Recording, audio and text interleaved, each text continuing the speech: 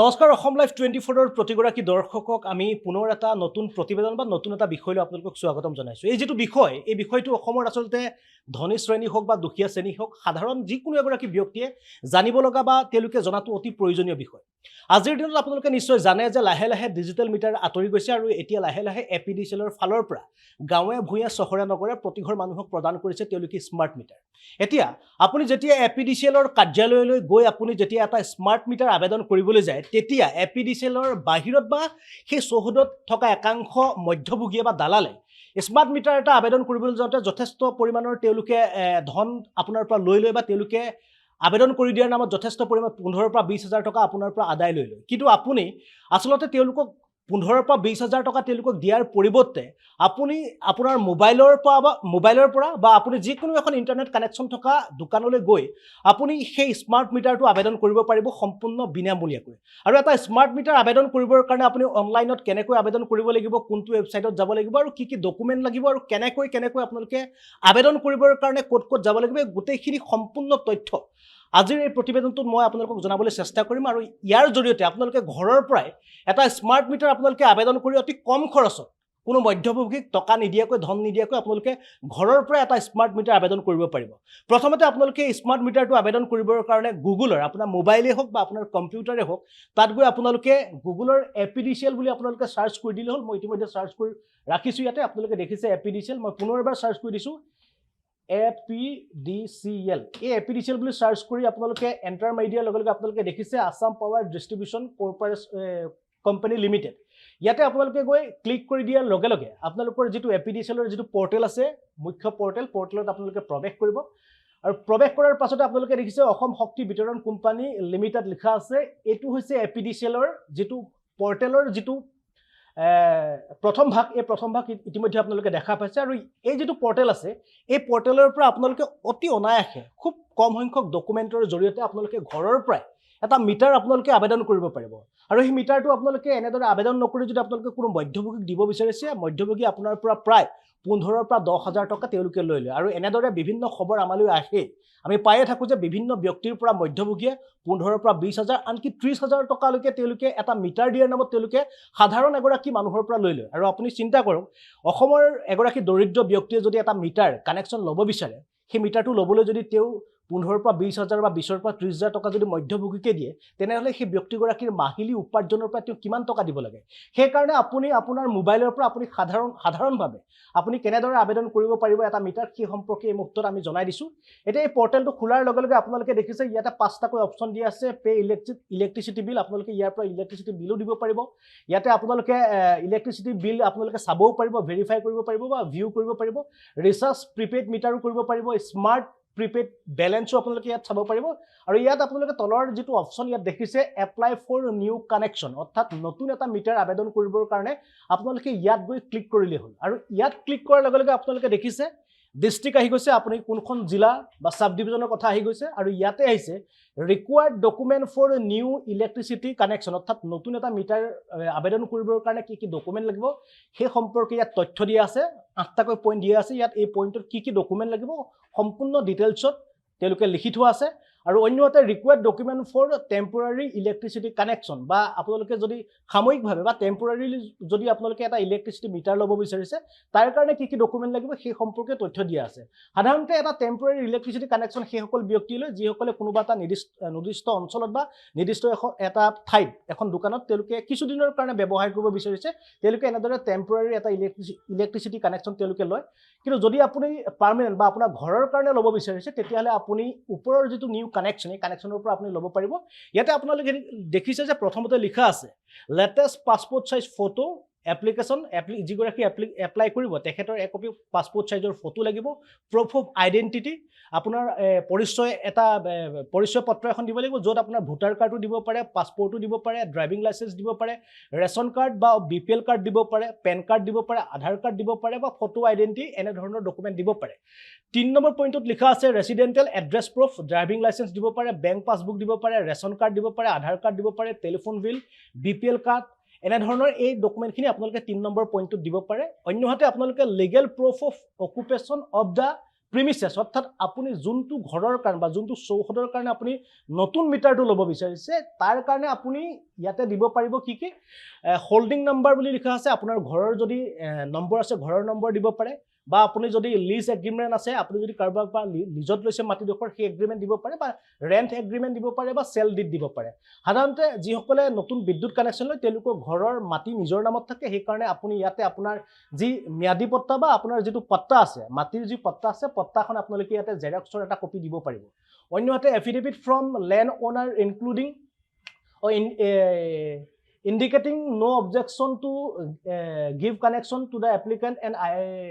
immediately bond এটো optional অৰ্থাৎ আপোনাৰ নামত যদি মাটিডোখৰ আছে আপুনি যেহেতু এপ্লাই কৰিছে আপোনাৰ নিজৰ নামত এটা মিটাৰ গতিকে এটো আপুনি নকৰিলেও হ'ব ইয়াৰ কাৰণে আপুনি প্ৰমাণ দিব নালাগে যদি আপোনাৰ মাটিত আপোনাৰ পুত্ৰই আবেদন কৰিব বিচাৰিছে মাটিডোখৰ আপোনাৰ নামত আছে আপোনাৰ পুত্ৰ এটা ইলেক্ট্ৰিচিটি নতুন মিটাৰ এটা ল'ব বিচাৰিছে তেতিয়া তেওঁ এটো এফিডেভিট কৰিব লাগিব যে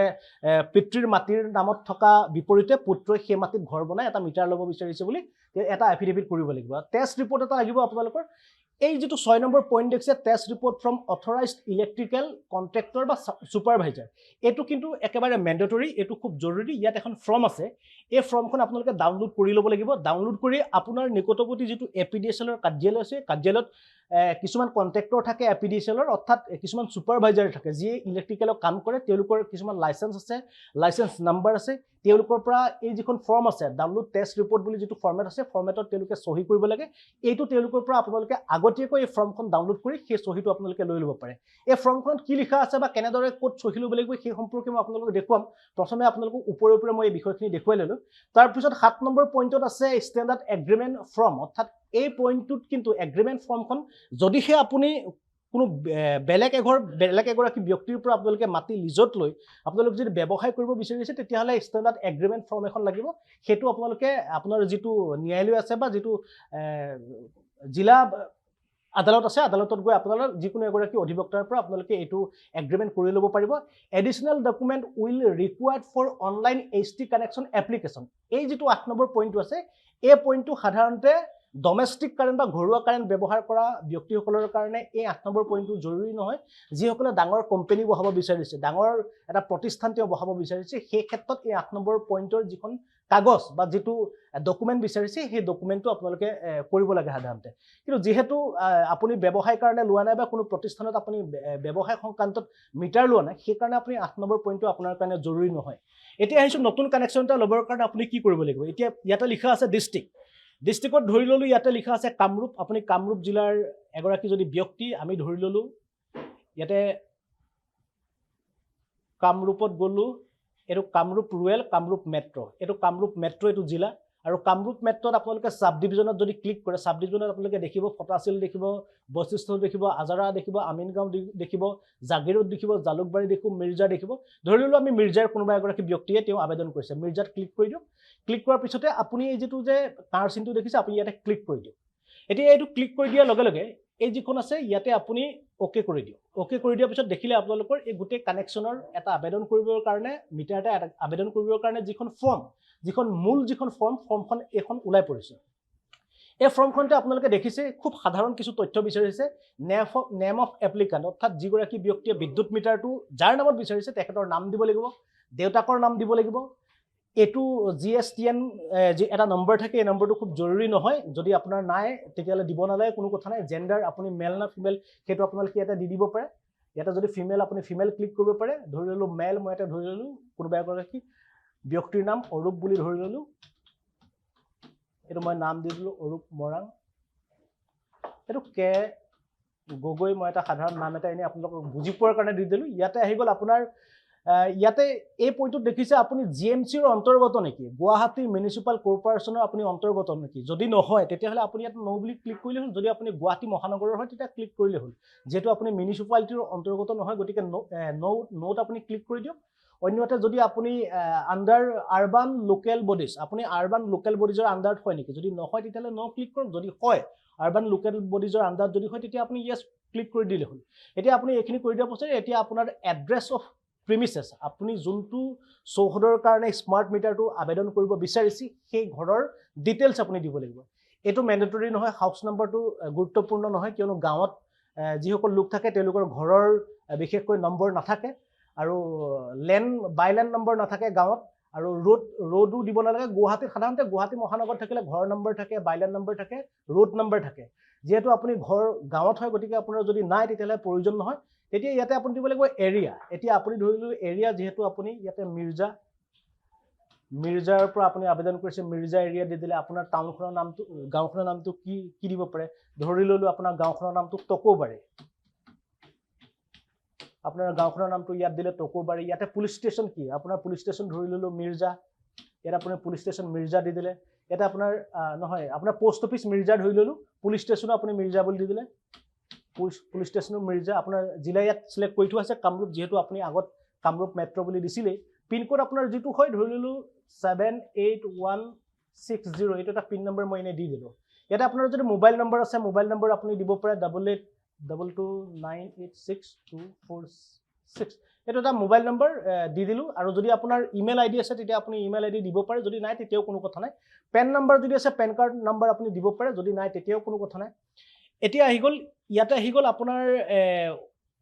যিগৰাকী ব্যক্তি আবেদন কৰিছে ইয়াত লিখা আছে whether the applicant is the owner of the premises আপুনি যেটো চৌহদত বিদ্যুৎ মিটাৰটো আবেদন কৰিছে সেই প্ৰিমিসেছটো বা সেই চৌহদটোৰ গৰাকী আপুনি হয়নে নহয় আপোনাৰ নামত মাটিডোখৰ আছে নে নাই যদি আছে তেতিয়ালে ইয়েস কৰি দিওক যদি নাই তেতিয়া আপুনি নোট ক্লিক কৰিব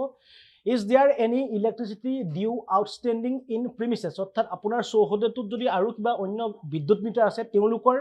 বাকি আছে নেকি ইলেক্ট্ৰিসিটি বিল পৰিশোধ কৰিবৰ কাৰণে যদি বাকি আছে নেকি যদি নাই তেনেহলে আপুনি ইয়েস বুলি মাৰি দিলে হ'ল যদি নাই তেতিয়াহলে আপুনি নোট ক্লিক কৰি দিলে হ'ল আৰু আপুনি এই পইণ্টত যদি আপোনাৰ ঘৰত যেটো ইলেক্ট্ৰিসিটাৰ বিদ্যুৎ মিটাৰ আপুনি এপ্লাই কৰিছে ইয়াতে এইটো সুধিছে যে আপোনাৰ ঘৰৰ চৌহদৰ যেটো মিটাৰ সেই মিটাৰটো লবৰ কাৰণে একেবাৰে শেষৰ যেটো আপোনাৰ পোল যেটো কাৰেন্টৰ খুঁটা এই খুঁটাটো 30 মিটাৰৰ দূৰত আছে নে 30 মিটাৰৰ ভিতৰত আছে যদি ভিতৰত আছে আপুনি ইয়েস মাৰি দিওক যদি দূৰত আছে তেতিয়া নো মাৰি দিওক ধৰিলো আপুনি ভিতৰত আছে আমি ইয়েস মাৰি দিলো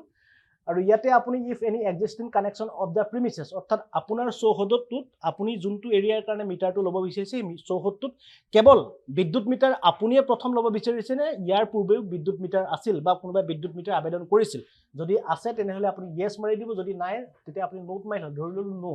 আপুনি প্ৰথম হে চৌহদটো লব বিচাৰিছে হৈ গল এখিনি আপোনাৰ ডাটা যিখিনি আপুনি yes নোট আপুনি ক্লিক কৰি যোৱাৰ পিছতে তলত এখন ফৰ্ম দেখিছে এই ফৰ্মখন আপুনি এটা কি দিব লাগিব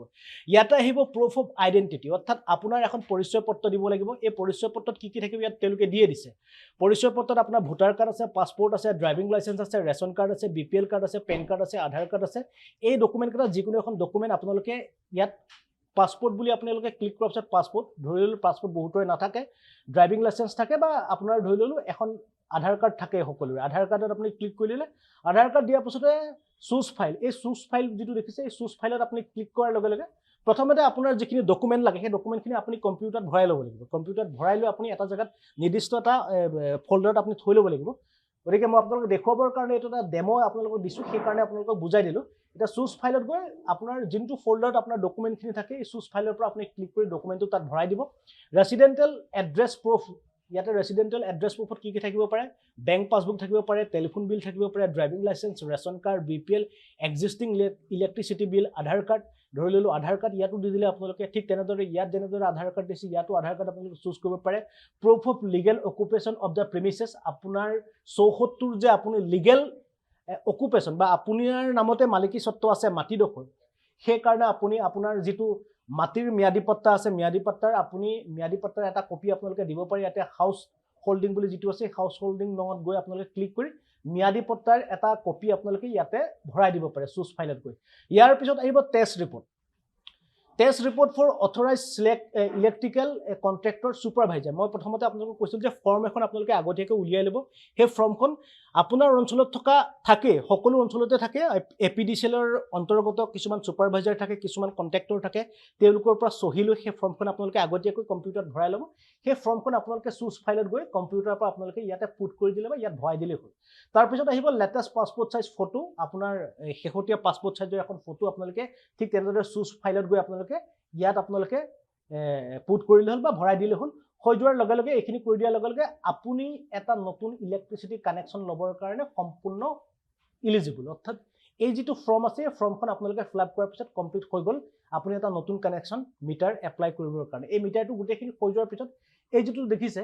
এই যিটো আপোনালোকে দেখিছে, এই ছাবমিট দেখিছে, এই ছাবমিটত আপুনি এই যেহেতু মই এতিয়া ডাটাখিনি দিয়া নাই বা ডকুমেণ্টখিনি দিয়া নাই, সেইকাৰণে ছাবমিটটো দেখুওৱা নাই। যিহেতু আপুনি এপ্লাই কৰিব, আপুনি গোটেই ডাটাখিনি বা আপুনি গোটেই তথ্যখিনি লৈহে সেইটো এপ্লাই কৰিব, সেইবাবে আপুনি গোটেই তথ্যখিনি বা ডকুমেণ্টখিনি দিয়াৰ পাছতে এই যিটো ছাবমিট বুলি অপশ্যন আছে, অপশ্যনটোত ক্লিক কৰি দিয়াৰ লগে লগে আপুনি যিখন আপোনাৰ ফৰ্ম বা নতুন মিটাৰ এটা আবেদন কৰিবৰ কাৰণে যিখিনি বস্তু আপুনি দিছিল বা যিখিনি আপুনি APDCL-ক দিব বিচাৰিছে, গোটেইখিনি বস্তু এই ফৰ্মখন APDCL-ৰ যিটো ৱেবছাইটলৈ আপুনি গুচি যাব। ৱেবছাইটলৈ যোৱাৰ পাছত এখন ফৰ্ম আহিব, ইয়াৰ পৰা অভাৰঅল এটা ফৰ্মেট ওলাব, সেই ফৰ্মেটটো আপুনি ডাউনলোড কৰিব লাগিব। সেই ফৰ্মেটটো ডাউনলোড কৰাৰ পাছতে আপুনি যিটো APDCL-ৰ কাৰ্যালয় আছে, আপোনাৰ নিকটৱৰ্তী APDCL-ৰ কাৰ্যালয়, চাব ডিভিজন বা আপোনাৰ জিলা যিটো অফিচ আছে কাৰ্যালয়ত গৈ আপুনি সেই ফৰ্মখন APDCL-ৰ কাৰ্যালয়ত গৈ APDCL-ৰ বিষয়াগৰাকীক আপুনি জমা দিয়াৰ লগে লগে তেওঁলোকে উইদিন 7 days, উইদিন 10 days বা 1 মাহৰ ভিতৰত আপোনালোকক এটা নতুন কানেকশ্যন আপোনাৰ ঘৰত বা আপোনাক ফোন কৰি তেওঁলোকে লৈ যাবৰ আপোনাক জনাই দিব। আপুনি তেওঁলোকৰ পৰা নতুন কানেকশ্যন এটা লৈ হয়তো তেওঁলোকৰ ফালৰ পৰা ইনষ্টলেশ্যনৰ কাৰণে এটা ফিজ ল'ব পাৰে বা নতুন মিটাৰটোৰ কাৰণে যে এটা আপোনাক স্মাৰ্ট মিটাৰ দিব, সেই মিটাৰটোৰ কাৰণে তেওঁলোকৰ ফালৰ পৰা অফিচিয়েল যিটো ফিজ হয়, অফিচিয়েলি তেওঁলোকে যিটো ফিজ থাকে, সেই ফিজটো তেওঁলোকে লৈ আপোনাৰ ঘৰত এটা নতুন ইলেক্ট্ৰিচিটি স্মাৰ্ট মিটাৰ এনেদৰে আবেদন কৰিব পাৰিব বা এনেদৰে আপোনালোকে ইনষ্টল কৰিব পাৰিব। আৰু সেই কামটোকে নকৰি কি কৰিছে, আজি একাংশ লোকে এই স্মাৰ্ট মিটাৰটো, এই সাধাৰণ কামটো কৰিবৰ কাৰণে মধ্যভোগী একাংশ লোকে, আপুনি হয়তো ইয়াৰ ভুক্তভোগী হৈছে, যিহেতু আপুনি যদি এটা স্মাৰ্ট মিটাৰ এপ্লাই কৰিব গৈছে বা ডিজিটেল মিটাৰ এটা যদি আপুনি আগতে এপ্লাই কৰিছিলে, মধ্যভোগী এগৰাকী এই কামটো, সাধাৰণ কামটো কৰিবৰ কাৰণে তেওঁ আপোনাৰ পৰা 15,000 পৰা 20,000, 20,000 পৰা 30,000 টকালৈকে তেওঁলোকে লয়। আৰু এগৰাকী সাধাৰণ মানুহে যেতিয়াই খুব দৰিদ্ৰ এগৰাকী মানুহে যেতিয়া এটা মিটাৰ ল'ব বিচাৰে, সেই মিটাৰটো ল'বলৈ যোৱাৰ লগে লগে তেওঁ প্ৰায় 30,000 টকা দিবলৈ যোৱাৰ লগে লগে তেওঁ এটা মাহ বা সেই মিটাৰটো ল'বৰ কাৰণে তেওঁ নাই কমেও 6 মাহ দিন অপেক্ষা কৰিব লাগে, 1 টকা 2 টকাকৈ তেওঁ সেই মধ্যভোগীক দিবৰ কাৰণে তেওঁ যোগাৰ কৰিব লাগে। সেইখিনি নকৰি যদি আপুনি নিজে এপ্লাই কৰিব বিচাৰিছে, তেনেহ'লে মই যিটো প্ৰচেছ দেখুৱালোঁ, এই প্ৰচেছটোৰ জৰিয়তে আপোনালোকে এটা নতুন ইলেক্ট্ৰিচিটি মিটাৰ আপুনি খুব সোনকালে অতি সহজতে আপুনি আবেদন কৰিব পাৰিব। নিশ্চয় ভাবিছোঁ এই যিটো প্ৰতিবেদন আছিল বা এই যিটো বিষয় আছিল, বিষয় আপোনালোকে বুজি পাইছে বা এনেদৰে আপোনালোকে এটা নতুন কানেকশ্যন অতি সোনকালে আবেদন কৰক।